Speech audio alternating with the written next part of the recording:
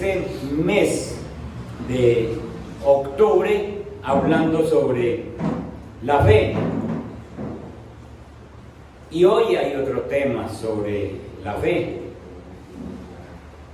La Biblia a nosotros nos provee, nos da un entendimiento muy claro acerca de la fe verdadera.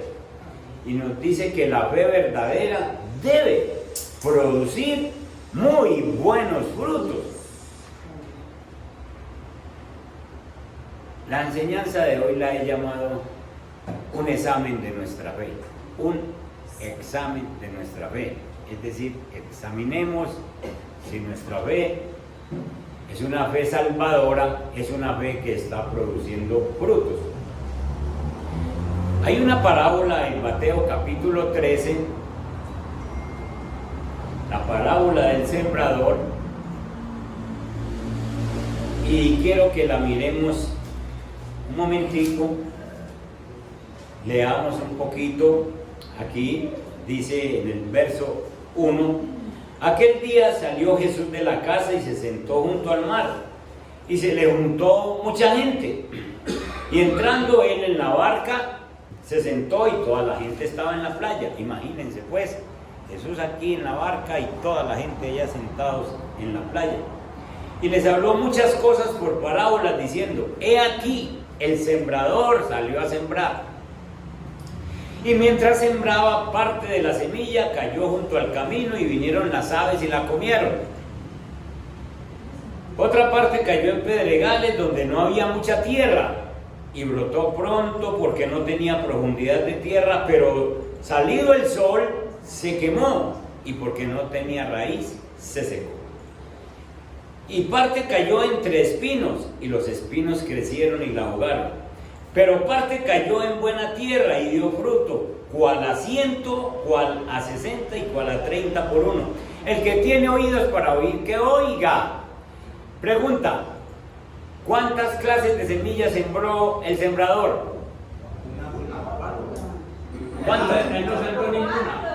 ¿Cuántas? 4. ¿Cuántas produjeron? Una. Él tiró 4 semillas y una produjo, una sola.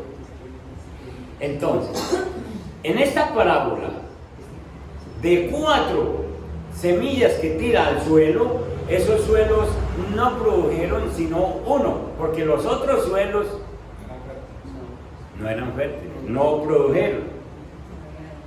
Recibieron la semilla, pero no dieron fruto.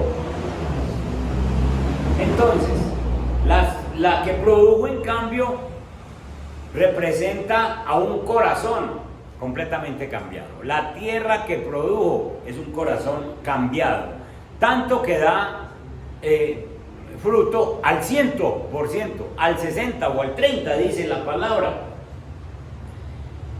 Todos los que somos creyentes debemos ser fructíferos en diferentes áreas.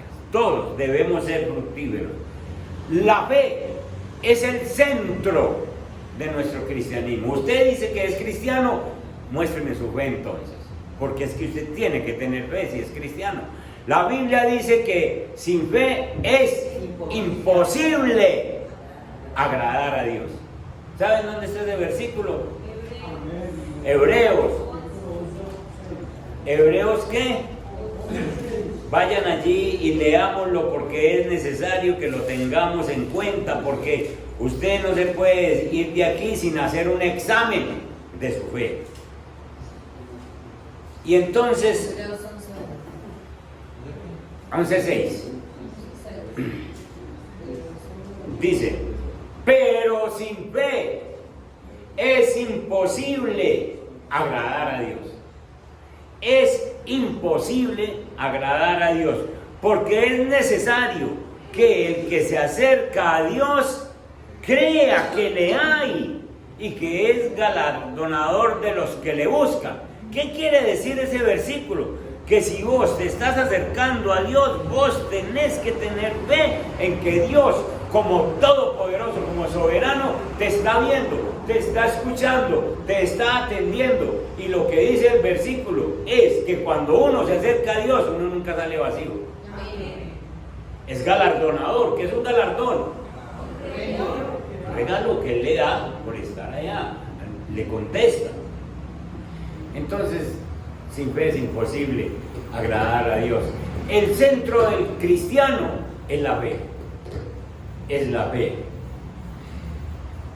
Ahora quiero que miremos algunas situaciones que nos van a ayudar a examinar nuestra fe. Muchas veces uno está en la iglesia cristiana y cree que tiene fe, pero no se le ven los frutos. De pronto es como la semilla que cayó junto al camino. ¿Qué pasó con la que cayó junto al camino? Vinieron las aves y la comieron. Es decir, como el suelo estaba endurecido, entonces no profundizó y vinieron las aves. El enemigo viene y muchas veces el enemigo, Satanás, viene y te dice: ¿con qué estás creyendo que ya eres salvo? Sin hacer nada. ¿Quién te iba a dar la salvación sin hacer nada? Porque hiciste una oración, ya sos salvo. Y le roba la semilla, porque el terreno todavía no es productivo. Otras veces cae entre espinos y entre piedras, y entonces la semilla llega y nace un arbolito, una matica pequeña, y el sol calienta las piedras, las tribulaciones de la vida, y entonces un cristiano llega y dice: no, yo sí recibí a Jesús un día, pero es que yo no veo como que me ayude, como que pasan los días y como que yo lo mismo de enfermo, lo mismo de pobre, lo mismo de atribulado, y se seca la matica. Y así. Pero cuando realmente uno tiene un terreno, un corazón redimido, da fruto. El evangelio da fruto. Uno empieza a mirar y a decir: bueno, Señor, ¿qué más hay que hacer? ¿Qué más tengo que aprender? ¿Para dónde tengo que seguir? Cuando yo entré al evangelio, yo empecé y bueno, Señor, harto he pecado. Y ahora, Señor, yo necesito que me digas cómo cambio mi vida. Y empecé a leer Biblia y empecé a escuchar predicaciones. Y en poquito tiempo estaba haciendo instituto bíblico. En poquito tiempo, es en 3 meses. A los 2 meses me bauticé junto con mi esposa, porque yo cambié así radical. Un día les cuento mucho más de mi vida, porque ya les he contado así entre amigos. Pero yo era el hombre que salía a las 5 de la tarde de mi empresa de trabajar y llegaba a las 1 de la mañana. ¿Y dónde quedó? ¿Qué me preguntan? Y cuando cogí el evangelio, le dije a mi esposa, literal, así como los digo: ¿cómo te parece que compré una Biblia y me voy a quedar leyendo Biblia y usted todos los días me va a ver aquí? Salí a las 5 y a las 5:30 estaba en la casa leyendo Biblia. Ese cambio hizo que mi esposa llegara y dijera: si usted cambió, ¿cómo diría? Si usted cambió, entonces cuente conmigo. En 2 meses me estaba bautizando junto con mi esposa. En 3 meses estaba en el instituto bíblico. Y 1 año después estaba en el seminario. Dando fruto. Señor, ¿qué más hay que hacer? Señor, muéstrame qué más hay que hacer. ¿Por qué? Porque la semilla que tiró Jesús, el buen sembrador, cayó en buen terreno. Santiago dice que si uno tiene fe y no hace buenas obras, la fe está muerta. Y vayan conmigo a segunda carta de Corintios, para que vean cómo habla Pablo acerca de la fe. El capítulo 13, y miren el verso 5, segunda de Corintios 13 y el verso 5, ¿qué dice? Examinaos a vosotros mismos si estáis en la fe, probaos a vosotros mismos, no os conocéis a vosotros mismos, si Jesucristo está en vosotros, a menos que estéis reprobados. entonces la enseñanza que yo les tengo hoy es un examen. Es un examen. ¿Y por qué? Porque está en la Biblia. Dice, examinaos a vosotros mismos. Examínese usted mismo si está en la fe. Lo que está diciendo Pablo es, muéstreme los frutos de la fe. Muéstreme que sí, está viviendo con fe. Probaos a vosotros mismos. O no os conocéis. O sea, ¿acaso no se conocen a vosotros mismos? Que Jesucristo realmente no es una ilusión, que Jesucristo está en vosotros. A menos que estéis reprobados, a menos que ustedes hayan reprobado el examen de la fe. Pero si Jesucristo realmente está en nuestros corazones, se tiene que notar. Se tiene que notar en tu vida, se tiene que notar en la casa. La gente lo tiene que notar, como el caso de mi esposa. Usted cambió. Venga a ver entonces a dónde es que está yendo. Sencillo, se tiene que notar. En mí se notaba. A menos que estemos reprobados. Escuchen, hermanos, para mirar este examen de la fe, nosotros tenemos que mirar cosas que de pronto no son fe, que de pronto no aseguran mi fe salvadora. Una primera cosa es que uno cree que tener una rectitud visible, que todo el mundo la vea, eso es fe.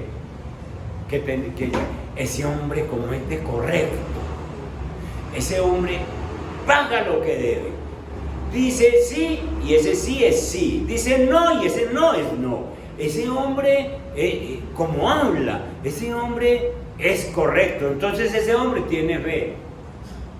Equivocado. Miremos, Mateo capítulo 19. Entonces, la rectitud visible no significa que haya fe. Hay mucha gente que son muy honorables, pero no son gente de fe. ¿Qué les dije que buscaran? Y ya llegan. Bueno. Mateo 19, el verso 16. Aquí hay un hombre que aparentemente era muy recto, visiblemente muy recto. Entonces vino uno y le dijo: maestro bueno, ¿qué bien haré para tener la vida eterna? Y le dijo el Señor Jesús: ¿por qué me llaman bueno? Ninguno hay bueno sino uno, Dios. Lo que está diciendo es, está hablando con Dios. Mas si quieres entrar en la vida, guarda los mandamientos. Ay, miren con la que le salió este hombre. Verso 18, le dijo: ¿cuáles? Y Jesús dijo: no matarás, no adulterarás, no hurtarás, no dirás falso testimonio. Miren los mandamientos que le nombró Jesús. Todos tienen que ver con el prójimo. Jesús no le mentó ninguno de los que tenía que ver con él. Amarás a Dios sobre todas las cosas. Le habló solo del prójimo. Es decir, le habló a nivel horizontal. Usted maneje estas cosas. Y entonces este hombre, en el 19 también le dice: honra a tu padre y a tu madre y amarás a tu prójimo como a ti mismo. Todos tienen que ver con el prójimo. No le inventó nada espiritual, sino a nivel de prójimo. El joven le dijo: todo esto lo he guardado desde mi juventud. ¿Qué más me falta? Entonces uno mirando a este joven es recto, perfecto. Guarda todo esto. Este hombre, imagínense que no ha matado a nadie, no adultera, ni con la mente siquiera. Este joven no le quita nada a nadie, no habla mentiras. Este joven honra a su padre y a su madre. Este joven ama al prójimo. Entonces uno lo ve y dice: no, este muchacho va para el cielo, ¿sí o no? Hermano, un hombre como eso, tan recto. Ustedes no han visto que la gente ve a una persona que regala mercados aquí, que da allí, que atiende a cualquier persona a cualquier hora y sencillamente, y es formalísimo. ¿Y qué dice la gente normalmente? ¿Usted ya se ganó? Cielo. ¿Sí se lo ganó? No, señor, no es así que lo gana. No, señor. Entonces la rectitud no significa que yo tenga fe. Y entonces Jesús le dijo, si quieres ser perfecto, anda, vende lo que tienes, dalo a los pobres y tendrás tesoro en el cielo, y ven y sígueme, ven y sígueme. Es decir, si usted es muy buena gente, pero usted todavía no va a llegar al cielo con eso que cumple. Usted necesita seguirme, usted necesita tener fe, usted necesita creer en mí, usted necesita dejar todos esos afanes del mundo y empezar a seguirme a mí, a leer palabras, a leer lo que yo digo. Entonces el hombre dijo, hasta aquí llegué.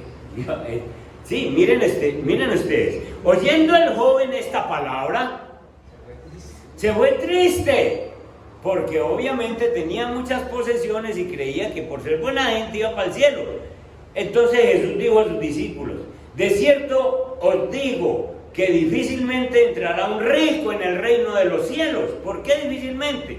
Porque no es capaz de meterse en la parte espiritual. Otra vez os digo que es más fácil pasar un camello por el ojo de una aguja que entrar un rico en el reino de Dios. Ya ustedes han escuchado la explicación de esa parábola. Verso 25. Sus discípulos, oyendo esto, se asombraron en gran manera diciendo, ¿quién pues podrá ser salvo? Si este hombre, cumpliendo esos mandatos, no es salvo, entonces ¿quién puede ser salvo? Y miren la respuesta del Señor. Y mirándolo, Jesús les dijo, para los hombres esto es imposible. Es imposible para los hombres encontrar la salvación de cuenta de ellos, de cuenta de nosotros con buenas obras, haciendo cosas buenas, siendo rectos, siendo muy completos y tratando de ser muy perfectos, de cuenta de nosotros, en todos estos 7.000 o 8.000 millones de habitantes que tiene la tierra, ninguno encuentra la salvación. Porque para los hombres es imposible, dice, mas para Dios todo es posible, es decir, yo soy el único que le doy la salvación. Es buscando a Jesús. Entonces fe no es rectitud, fe no es que yo soy muy buena gente. Fe sencillamente es otra cosa, es conocer a Jesús. Entonces, con un punto como esos, nosotros sabemos que esa no es la fe. Esa no es la fe. Ahora, miremos qué sí es la fe. ¿Qué sí es la fe?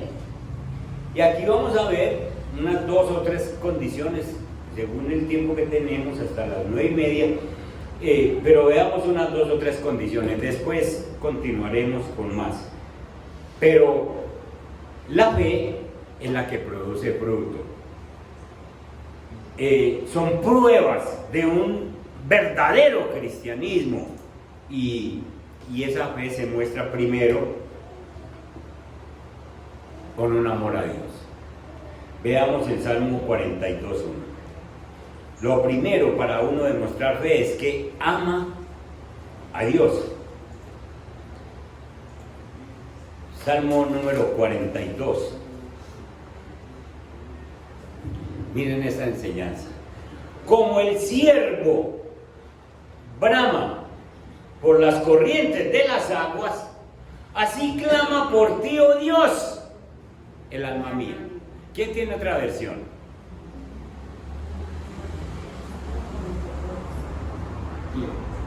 Leo yo. Como un ciervo busca agua fresca cuando tiene sed, así me desespero yo buscándote, Dios mío. Bueno, como un ciervo busca el agua fresca cuando tiene sed, así, con esa sed, con ese desespero de calmar esta sed, te busco, Dios mío. Esa figura del ciervo clamando por agua es, miren un ciervo, estamos hablando de un venadito en el desierto, y entonces el venadito va corriendo y va bramando, clamando por agua. Si pudiera hablar diría, ¿cuándo será que llegó una corriente de agua? Y brama, ese bramar es precisamente buscando que alguien le escuche. Es buscando que alguien le oiga. Y en su instinto él sabe que brama y que hay alguien que escucha ese bramido. ¿Quién será el que escucha? Pues Dios, el creador. Y entonces él tiene una sed tremenda y ve las aguas e inmediatamente se sumerge en ellas. Pero también esta figura es cuando uno está en un peligro. Por ejemplo, el ciervo lo está persiguiendo un depredador, un león o un tigre, y entonces el ciervo brama por las aguas, porque ¿saben qué hace el ciervo cuando está en peligro? Llega al agua y se sumerge en el agua, y entonces el depredador viene y el animalito que se sumerge en las aguas se va debajo del agua y sale por ahí al kilómetro, y el león pierde el rastro cuando llega aquí. ¿Qué se hizo? Se le fue bajo las aguas. Y esa es la razón por la que el ciervo brama por las aguas, con esa necesidad.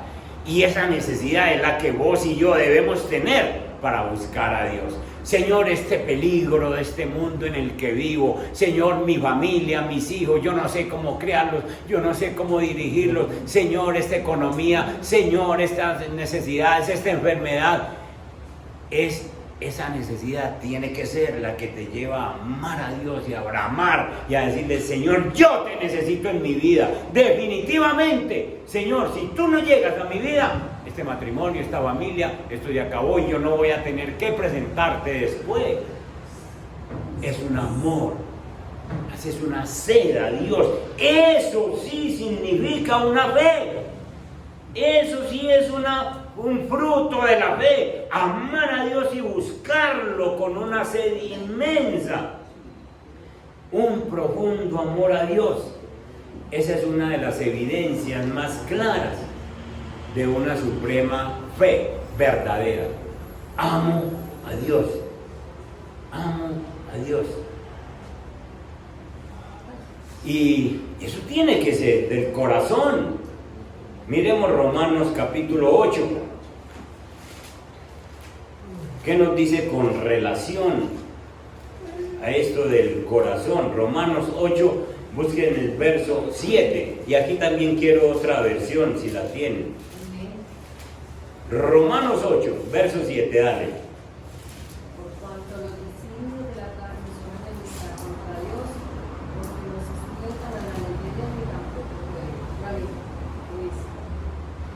Dice que por cuanto los designios de la carne, es decir, mi mente, mi carne, este cuerpo, son enemistad contra Dios, porque no se sujetan a la ley de Dios ni tampoco pueden. Es decir, que si yo no cojo este corazón para amar a Dios, la carne me gana, la carne me vence. Y entonces yo digo, yo tengo fe y yo amo a Dios, pero resulta que allí me encuentro con los amiguitos de siempre y me dicen: venga, tomémonos uno. Ay, yo sí amo mucho a Dios, pero uno no me hace daño, venga para acá. No, señor, usted ama a Dios, y porque ama a Dios, usted no le falla. Porque ama a Dios, vos no sos fornicario. Porque ama a Dios, usted no es adúltero. Porque ama a Dios, usted no peca. Porque ama a Dios, usted le muestra a sus compañeros, a su gente, quién es usted. Porque primero es Dios en tu vida. Amén. ¿Encontraron una otra vez? El 7. Pues la naturaleza pecaminosa es enemiga de Dios, siempre. Nunca obedeció las leyes de Dios y jamás lo hará. La naturaleza pecaminosa jamás va a obedecer a Dios, pero vos, como tenés un amor por Dios, una fe en la que pones a Dios primero, es por eso que nosotros somos capaces de dejar el pecado, porque primero pensamos en Dios. Yo les conté que algún día a mí me invitaron a un seminario a predicar en Barranquilla. Entonces Barranquilla es costa, ¿cierto? Entonces yo le dije a mi esposa: empáqueme pantaloneta, empáqueme todo, porque yo voy para la playa en las tardes. Y sí, y entonces obviamente trabajábamos allá en medio de ese calor o trabajábamos hasta la 1 o 2 de la tarde y después del almuerzo decía, ¿tienen libre? ¿Y saben para dónde nos íbamos? A la playa. ¿Es pecado? No. Pecado es lo que uno se va a hacer, pero si uno es cristiano, uno sabe comportarse. Entonces yo estaba en la playa bañándome y todo eso con la gente, y bien, pasando bueno. Y entonces una hermana llamó a mi esposa y le digo, a usted no le preocupa porque el pastor está en la playa y en esas tardes y esas mujeres allá como se visten y todo eso.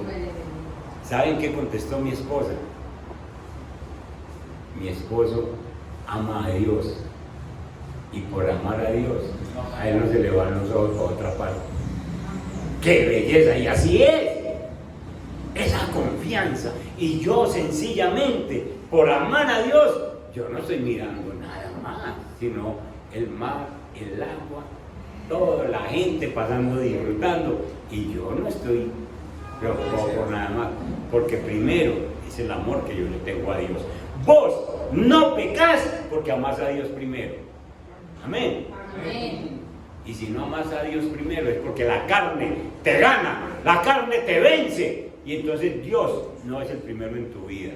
Los cristianos amamos a Dios y lo demostramos con fe, porque amamos a Dios primero y ningún pecado, así nos aceche, nos vence. Ninguno, porque primero miramos a Dios. Amén. Ese es una prueba. Entonces, como estamos en un examen, ¿cierto? Examínese. Si a usted le está ganando la naturaleza pecaminosa, Dios no está en el primer plano. Y entonces, califíquese ya mismo, de 1 a 5. ¿Quién le está ganando a usted? ¿Quién le está ganando? ¿Le está ganando el mundo? ¿Le está ganando la carne? ¿Le están ganando los deseos? Entonces ponga de 3 o 4. Y si en cada situación le está ganando Dios a todos los deseos, ponga de 5 en este examen. Y aquí en adelante examínese. Y esta semana examínese quién es el que está venciendo en usted. Si es Dios, así tiene que seguir. Si son los deseos, usted tiene que poner a Dios en primer plano. Entonces, para un creyente, la primera prueba es el amor a Dios. Segunda prueba para un creyente. Segunda prueba de este examen. Salmo 32:5.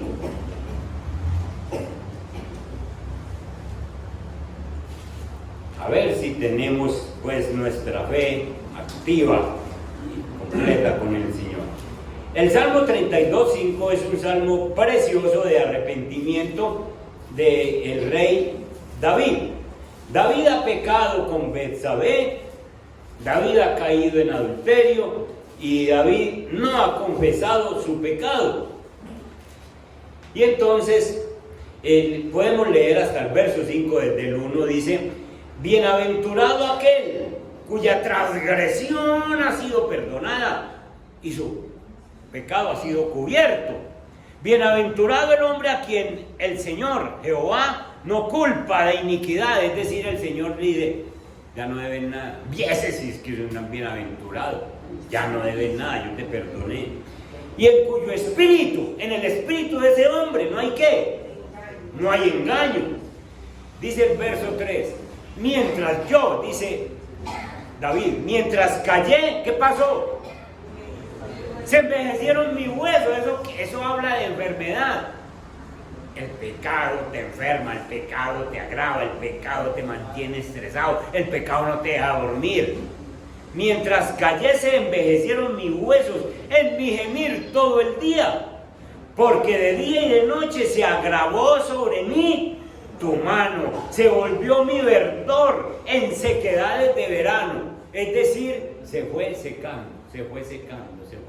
en todo lo que hacía.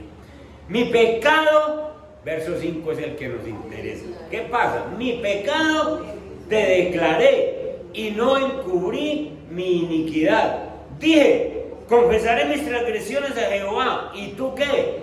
Perdonaste la maldad de la vida. Segundo, el punto del examen. Arrepiéntete del pecado. Una persona de fe se arrepiente de su pecado, se arrepiente de todo, porque le creo al Señor. Y entonces me arrepiento del pecado que haya cometido. Cualquier cosa del día, arrepiéntase. Pasado el rato y en la noche usted haga, mire, Señor, hoy te fallé, Señor, hoy se me fue la mano diciendo mentiras. Señor, hoy tuve una discusión con una persona que no debí discutir porque llevarme un punto. Señor, hoy traté mal a mi esposa. Señor, hoy traté mal a mis hijos. Si vos tenés fe, ¿qué te cuesta? David dijo, se estaba secando todo lo que yo tenía. Acuérdense que David es rey. Y David no estaba gobernando bien por el pecado. David estaba enfermo. Si uno está enfermo, uno no tiene ganas de gobernar. Vea, rey David, que ahí vienen tales personas para que usted lo atienda. Dígales que yo estoy muy decaído y dígales que otro día que va a gobernar uno así. En sequedades de verano se le estaba convirtiendo todo lo verde que tenía, se le fue secando. Hermanos, nosotros tenemos que confesar nuestro pecado. Miren a Proverbios 28:13, versículo poderoso para nosotros en este día, ese examen. Y subrayen ese versículo que es para ustedes. ¿Qué dice el 28:13? Los que encubren sus pecados no prosperarán, pero si los confiesan y los abandonan, recibirán misericordia. Amén. El que encubre su pecado, el que encubre su pecado, definitivamente no prosperará. Y entonces uno dice, no, yo tengo plata, no, yo tengo mis cosas, pero vaya a ver la familia, vaya a ver cómo está emocionalmente. Eso de no prosperará, es que no prosperará con Dios, es que Dios no lo va a tener en cuenta. Además, no es una fe salvadora, porque como tiene pecado, cuando la persona si no lo confiesa delante del Señor, sencillamente no prospera y no alcanzará misericordia. Pero el que lo confiesa, alcanza misericordia. Un amor correcto hacia Dios debe implicar necesariamente un odio hacia el pecado, hacia lo que Dios aborrece. Es decir, yo amo a Dios, por lo tanto aborrezco lo que Dios aborrece. Y lo que Dios aborrece es el pecado. Entonces yo, como amo a Dios, sencillamente aborrezco también el pecado. Y por eso es que me arrepiento. Esto debe ser evidente en nuestra vida. Entonces nosotros, hermanos, somos cristianos, personas que debemos evidenciar con el arrepentimiento genuino. Cualquier cosa que vos trascendás, que es pecado, porque el Espíritu Santo te habla, y eso no me gusta, dice el Señor, confiéselo. Y gracias a Dios que tenemos a Dios para confesarnos, y que Él es un Dios que conoce nuestras debilidades. El hombre, la mujer que ama a Dios, le duele cuando peca. Cuando uno, y aquí está el punto clave del examen. Si vos cometés un pecado y no sentís nada, ay mío, la cosa está grave. Precisamente es porque usted no siente ningún amor a Dios. Entonces, ¿usted cómo va a decir que es una persona de fe si usted peca y sigue normalmente? Sigue normalmente, sigue como si nada. Es necesario que el pecado nos duela, y eso significa amor a Dios.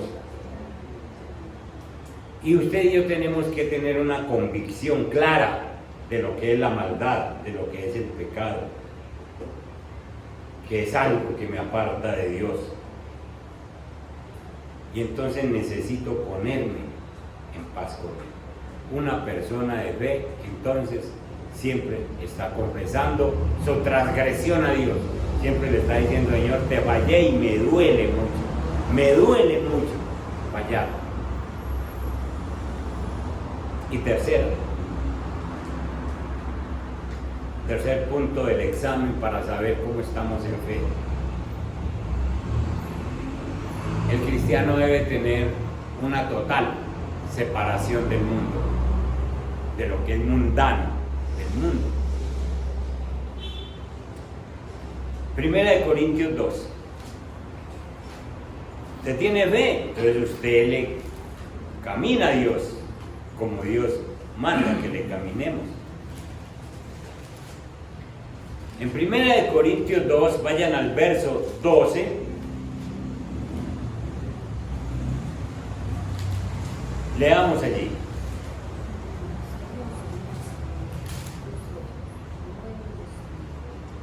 ¿Qué dice? Y nosotros no hemos recibido el Espíritu del mundo, sino el Espíritu que proviene de Dios, para que sepamos lo que Dios nos ha concedido. Los cristianos que hemos hecho una oración para decirle, Señor, entra en mi corazón, entonces empezamos somos matriculados en una escuela que el Señor llama la escuela de la fe. Y entonces nos matricula en esa escuela y el principal maestro es Él. Y nos dice, a ver la fe. Y entonces dice que nosotros no hemos recibido el espíritu del mundo. El espíritu del mundo es ese espíritu que hay allá, en mundano, que lo atrae a uno a tantas cosas, que lo atrae a uno a hacer cosas mal hechas, a engañar como los demás engañan. Si yo puedo comprar esto sin impuestos, todo el mundo lo compra, comprémoslo, que no me cobren impuestos. Si yo puedo pasarme a Estados Unidos metiendo trampas, o por el hueco, o presentando unos papeles falsos, yo paso. Eso es del mundo. Los cristianos no estamos para eso, mijo, no estamos para eso. Porque nosotros no hemos recibido el espíritu del mundo, sino que nosotros hemos recibido el espíritu que proviene de Dios, para que sepamos lo que Dios nos ha concedido. Es decir, ¿qué me ha concedido Dios? Me ha concedido sencillamente la dirección de Él. Muévase así, muévase así, haga así. Tenemos el Espíritu de Dios que nos da dirección. Y entonces una persona de fe sencillamente no está andando con trampas. Aquí hay un pastor que no les voy a decir porque ustedes se lo conocen mucho, aquí en Envigado, que el alcalde anterior dijo: hay casas por allá en el Salado, hay casas, voy a hacer unas casas de interés social. Y la solicitud que presentó fue, me llenan esta solicitud, y bueno, en la solicitud decía, tiene que tener más de 10 años de vivir en Envigado y un poco de requisitos. Y en la iglesia le dijeron: pastor, llene la solicitud. No, es que yo apenas llevo 3 años de vivir en Envigado. Pero nosotros le servimos de testigo, y ponga ahí, ¿quién se va a dar cuenta? Y el pastor cogió la hoja, la arrugó y dijo: yo no llevo 10 años de vivir en Envigado, por lo tanto yo no aplico para esa solicitud. ¿Qué tan fácil decir, yo quiero una casa en Envigado y voy a poner que tengo 10, 12, 15 años de vivir? Y si va y me preguntan, que la llamen a usted, que la llamen. Dios mío. Y ese hombre dijo: no aplico. Y yo, tomando tinto con él, le dije: hermano, esos somos nosotros.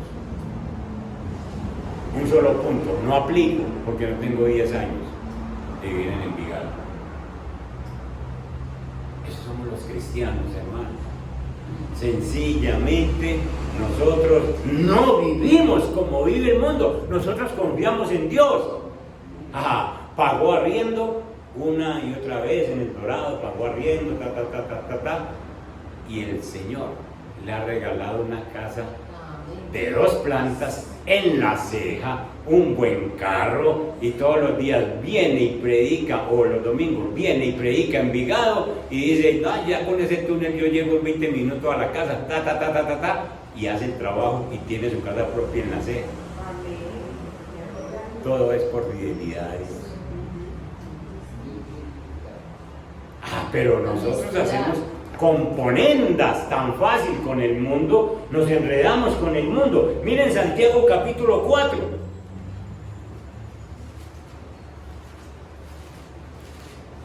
Santiago capítulo 4, el verso 4.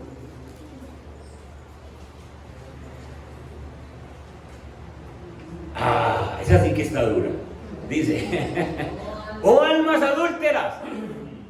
¿Qué es un adúltero? El que tiene una esposa y se va con otra. O un adúltero espiritual es el que dice, yo amo a Dios, pero también amo al mundo. Y entonces, aquí por la noche ora, y después se va para el mundo y hace las cosas del mundo. Es un adúltero. ¿Está engañando a quién? Dios. Puede que la esposa o el esposo no se dé cuenta de un adulterio, pero Dios sabe con quién estás andando vos, sabe con dónde te estás yendo. ¡Oh almas adúlteras! ¿No sabéis que la amistad del mundo es enemistad contra Dios? Cualquiera pues que quiera ser amigo del mundo, ¿qué se vuelve? Si usted se vuelve amigo del mundo, de todas las componendas, de todas las cosas que el mundo ofrece, usted no puede decir que ama a Dios. Usted no puede decir, yo soy un hombre de fe, yo soy una mujer de fe, porque mírenme, olvídese que la fe se muestra en que usted no es amigo del mundo, no hace las cosas que el mundo hace. ¿Cómo necesitamos gente íntegra? Uy, Señor.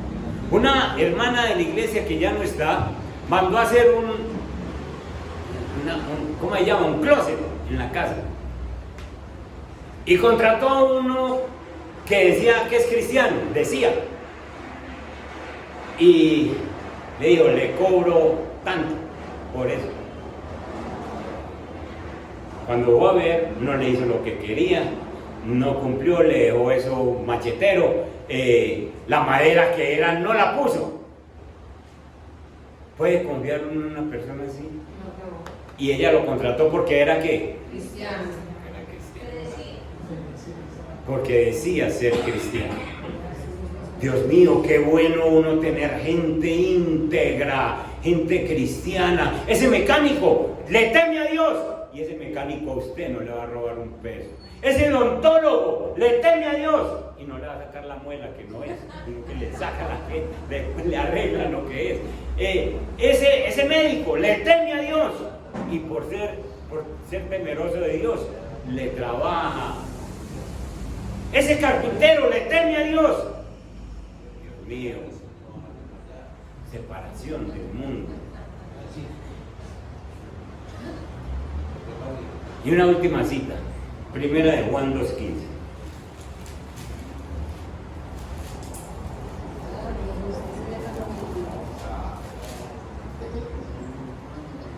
Dalo duro. Ahí está. No améis al mundo ni las cosas que están en el mundo. Si alguno ama al mundo, el amor del Padre no está con él. Más claro. No tan claro. ¿Quieren que el amor de Dios esté con ustedes? No amen el mundo ni las cosas que están en el mundo. No améis al mundo ni las cosas que están en el mundo, porque si alguno ama al mundo, el amor del Padre no está en él. Entonces usted quede gana diciendo, yo amo al Padre, si el Padre no me ama a mí, porque me falta la fe. Si el Padre no lo ama a uno, entonces uno no es nada. No, sí es nada. Un examen de nuestra fe. No se trata de decir yo soy buena gente. No se trata de decir yo soy buena persona. Ya vimos un ejemplo de un hombre que cumplía 5 o 6 mandamientos. Pero yo le digo, así no se llega al cielo. No es una fe salvadora. Es buena gente, es buena persona, pero no va para el cielo. No te enredes con el mundo, anda y vende todo eso y sígueme, sígueme. Que yo sé te puedo dar la salvación, pero el hombre se fue triste. Entonces, esa no es la forma de llegar al cielo, pero la forma de una fe es que tu amor se muestre por encima de cualquier otra situación, tu amor a Dios. Cuando tú amas a Dios, no pecas. Segundo es, arrepiéntete de todo pecado, de todo, arrepiéntate, porque el que cubre su pecado no prosperará. Y tercero, sepárese del mundo, haga esa separación, hombre. Yo no voy a hacer lo que todo el mundo hace. ¿A quién le gustan las trampas? Yo no estoy ahí. Las cosas legales, que cuestan un poquito más, pero son legales. Y yo tengo mi conciencia tranquila con el Señor. Mi conciencia tranquila. Pónganse en pie y oremos y mire cómo le fue en este examen. Y si lo perdió, pues hombre, es hora de volver. Es hora de volver a se puede revalidar. Cierre sus ojitos. Padre que estás en el cielo, no es en vano que casi terminando el año nos hables de esta forma. No es en vano. Sí necesitamos examinar nuestra fe. ¿Por qué? La fe es el centro de la vida cristiana. Uno no puede considerar un cristiano sin fe, porque un cristiano sin fe no es capaz ni de amar a Dios, ni de apartarse del pecado, ni de apartarse del mundo. No tiene fe y vive como quiera. Pero nosotros sí, hemos sido matriculados en la escuela de la fe y con un profesor excelente que ha vivido la fe en la tierra y nos enseña cómo es que se vive la fe. Bendito Dios y Padre, no es charlando que si nos examinamos y vemos que nuestro amor hacia ti no es primero, entonces ya estamos perdiendo ese punto. Nuestro amor hacia ti tiene que ser sobre todas las cosas, sobre todas las cosas. Que como el ciervo que brama por las corrientes de las aguas para escaparse del enemigo, para poder quitar su sed, así nosotros sintamos sed por ti de tal manera que te clamemos y te tengamos en primer plano, Señor. Permite que nosotros logremos eso, Dios mío, ayúdanos. Señor, que cualquier pecado que nos esté impidiendo una comunicación perfecta contigo, nosotros seamos capaces de confesar. Gracias a Dios que nos das esa oportunidad de confesarlo contigo. Señor, el rey David dijo: mientras yo me callé, se envejecieron mis huesos.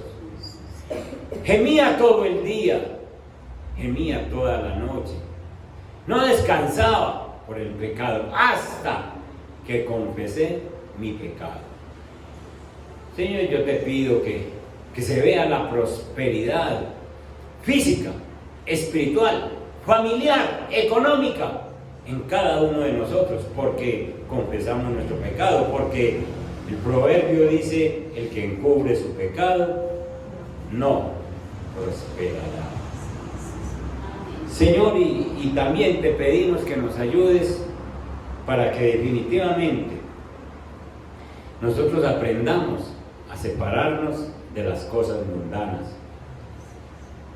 No es fe cuando uno dice: yo amo a Dios, pero echo mano de lo que el mundo hace, de las trampas, de los engaños, de las mentiras. Y así se vive en este país, Señor, con muchos engaños. Padre Santo, ayúdanos a separarnos del mundo, porque la Biblia nos dice que si nos hacemos amigos del mundo, entonces nos convertimos en enemigos de Dios. Y nosotros no queremos ser tus enemigos, Dios mío. Bendice la iglesia, Señor, y que podamos reflexionar en este examen y las cosas que haya que remediar, que tu Santo Espíritu nos ayude para hacerlo inmediatamente. En el nombre de Jesús. Amén. Y amén. Dios me les guarde, familia. Bendiciones y nos vemos en las actividades de la semana. Dios me les guarde.